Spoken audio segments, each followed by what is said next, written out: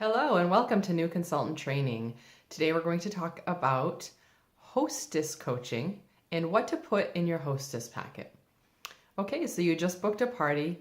Now what? Well, the very first thing you're going to do is talk to your hostess about the type of party that they would like to have. It can be a themed party, which there's all kinds of great ideas in the workstation about different types of themed parties that you can do.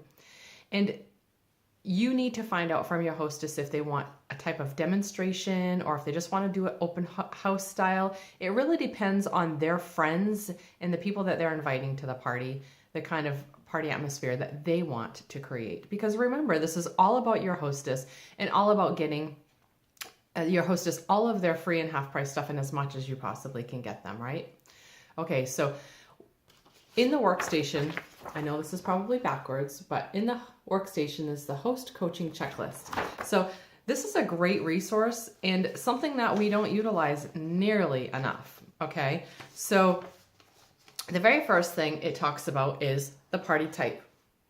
Well, their name and information, of course. Their party type. This will tell you what type of party type you've talked about, and then all of the contact information like their phone, best time to call. If it's a Facebook party, this will also help you because it'll kind of give you a guideline of what the party date is and how soon to start your Facebook posts. So right after you book the party, you put their party on your workstation. So that way, if people want to order, the hostess can send a link that's directly to their party, to their guests so that they can shop. One thing that I encourage you to do is set up a Facebook event. And it's just simply for inviting. Inviting and maybe a little bit of engagement leading up to the home party. It gives you an idea of who's coming to the party and different ways you can actually coach your hostess right there through Facebook. And then you can go live on your Facebook event so that people can see you and your personality and know that they really have to go to this party. So 2 to 3 days after booking, you're going to call your host and give them a hostess packet. Okay, so what do you put in the hostess packet? So this is pretty much what I put in my hostess packet every single time. I've actually created myself a hostess packet checklist. So I do follow this. Even though I've been selling for 8.5 years, I still have to look at this to make sure that I'm giving my hostess everything that I think that they will need to have a successful party. So I'm going to show you some of these items before we end here, but I just wanted to show you one more thing real quick.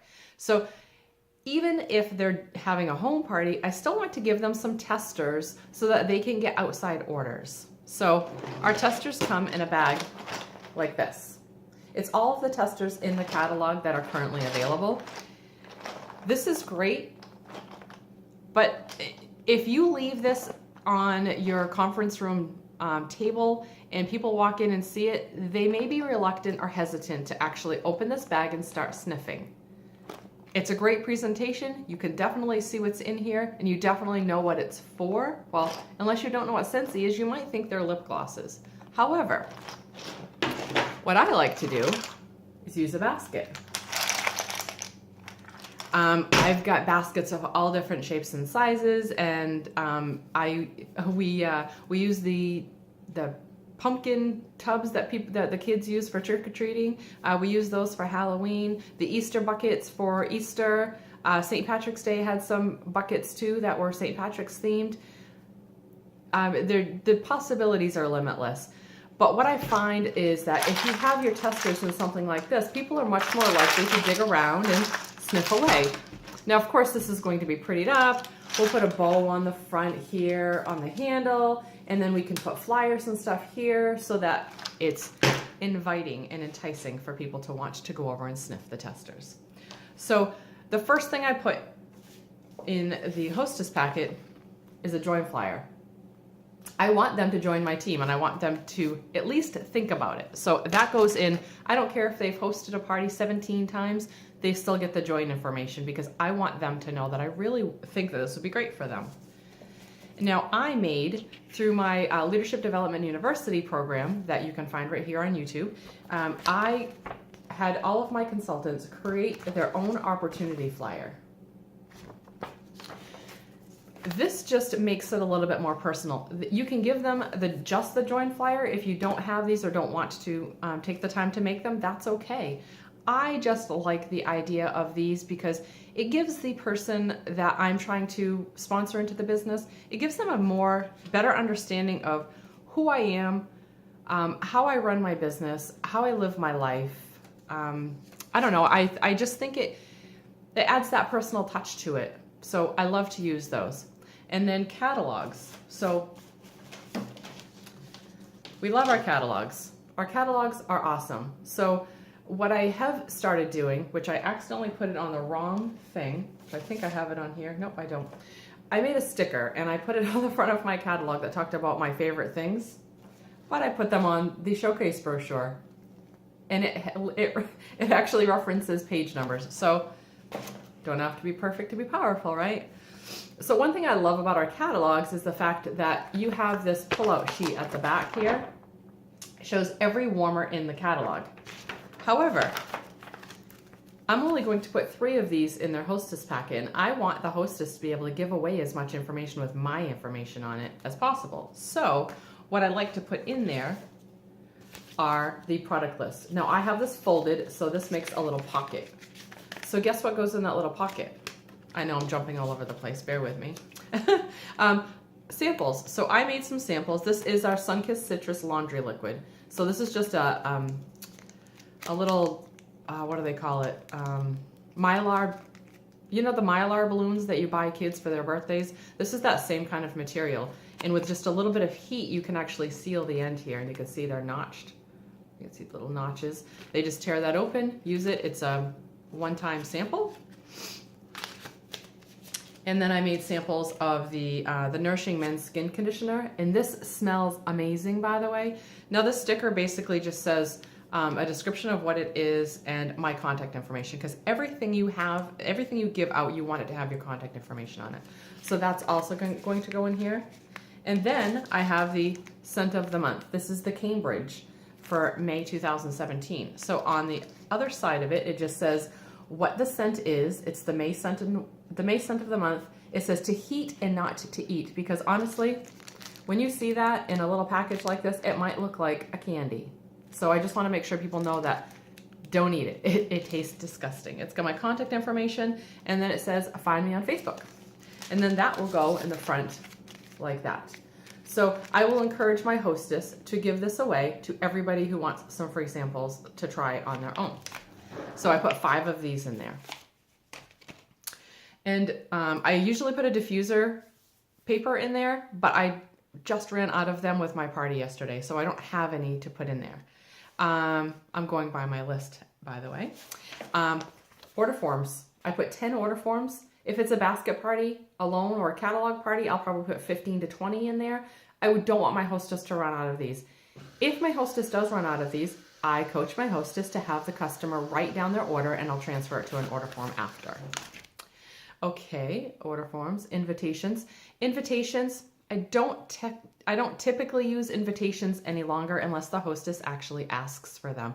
I don't even ask the hostess typically if they want invitations, only because I find that they get lost. People don't use invitations anymore. People don't mail stuff that much anymore. So that's why the Facebook event is great. Business cards. Well, I used to just toss business cards in there, but now I just attach them with a staple to my product list. And notice on the back of my business card, it talks about starting your own business. Monthly special. So we have the Scent and Warmer of the Month flyer. And I just grabbed this out of my package, but usually they'll have a sticker on the back here that'll have my contact information on it, because I want to make sure they always know how to get in touch with me. And then I put 3 of these in there. This is the showcase brochure. This is what I use for my parties, actually, because I love these. What I love the most is that none of the warmers are staged. Although that's great, I, as a consumer, show me what you got. You know what I'm saying? So it shows all of the warmers, oils, buddies, buddy clips. The Scentsy buddies, no. But all of the oils and scents. And then I love this chart on the back. This is probably the best part of this entire thing, because chances are I already know what warmer I want because I saw it on special but I want to know what products come in what scents. So this grid is awesome. And it's also in the back of your catalog. I always put a referral card, another thing that we made in our program. So I love referrals.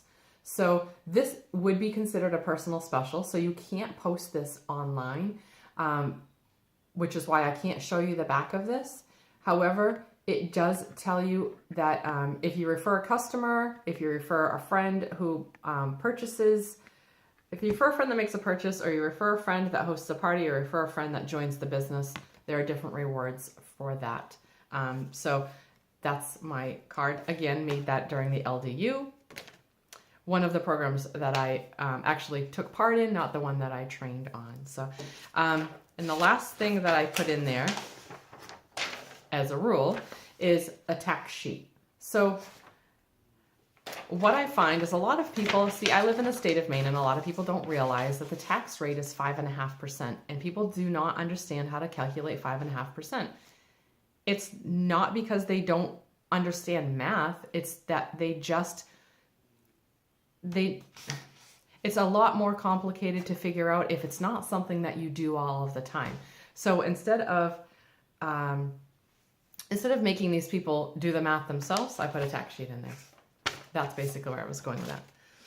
And so this month, they just announced the La Habana collection. So I just created this flyer real quick on PowerPoint on my computer, and it just shows the bag with all the different bars, and then the different bars individually, and explains what the scents are, and then just the blurb here that is from the workstation. And that's it. That's what I put in my Hostess packet. And that all goes in here. So I'll fill out all this information, and then on the back, it tells them who to make the check payable to, because I've gotten checks made payable to Scentsy on numerous occasions. Although most people don't use checks anymore. Most people will pay with their debit card, which is great, because then you just process the payment. You don't have to worry about the check bouncing, which is great. So back to Hostess coaching. So now you know what to put in the Hostess packet when you give it to them. So now you're going to follow up with them 3 or 4 days after you give them that Hostess packet. You want to go over everything in that Hostess packet so the hostess knows what this information means to them and how it can benefit them in their party. And then 24 hours before the party, you're going to contact your hostess, make sure that the party's still going on, because nothing is worse than driving all the way to your hostess's house and no one's there. And you're a half an hour to an hour before the party starts and no one is there because you didn't follow up with the hostess to make sure that the party was still happening. No, chances are you're going to know whether the party is still happening or not, because you're going to be in constant contact with this hostess throughout the course of, usually you book the party about 2 weeks out. So during that 2-week period, you're going to have a lot of interaction with your hostess in a perfect world, right? So the day of the party, you're going to arrive about 30 to 45 minutes before the party. You're going to set up your display. As people are walking in, you are going to coach the hostess to actually interact with those guests and have her introduce you unless she's busy. So one thing that I really like to do is show up a little bit early, like I said, about 45 minutes. It only takes me about 10 to 15 minutes to set up my entire display. So once I have that set up, I will actually go and check with the hostess, see if there's anything I can do to help, if they're in the kitchen working, whatnot. Or if they're all set, I will actually stand, not at the door because I'm not the doorman, but stand around the table and then introduce myself as guests are walking in. But one thing that I'm always keeping in mind as guests are entering the hostess's home is I'm picking out 2 people, depending on the crowd size, of course, but I like to narrow it down to 2 people that I think as soon as I see them and start interacting with them, that I know that they would be perfect for my business. And I say my business because I'm sponsoring them into my business and training them. But I think they'd be perfect for this business. And why not talk to them? And why not introduce a little bit more about the business opportunity in a casual way? So they walk into the party. Hi, my name is Patty. Nice to meet you. I'm the Scentsy consultant doing this party today. I hope you have fun. And then just kind of let them go about their business. You don't want to take up all their time and seem too salesy or like you're coming on too strong. And so then once the party is almost about to get underway, as you're doing the party demonstration, if it's that type of party, then what I like to do is I like to focus a lot of my time and attention on the hostess and a couple of her guests or his guests, only because I want them to know that I saw something special in them. And by kind of focusing your attention on those particular people, it makes them feel special, important, and recognized. And so then when they come to cash out, you can actually talk to them about the business opportunity. So after the party demonstration is over, you're going to coach the hostess on how to get more orders if you don't close the party that day. And how to do that is to just encourage them to contact the people that were invited to the party that said they were coming and did not show up, or contact the people that were invited to the party that said maybe. Have him or her just reach out to those people and ask if they were interested in buying anything, because you are going to be closing the party.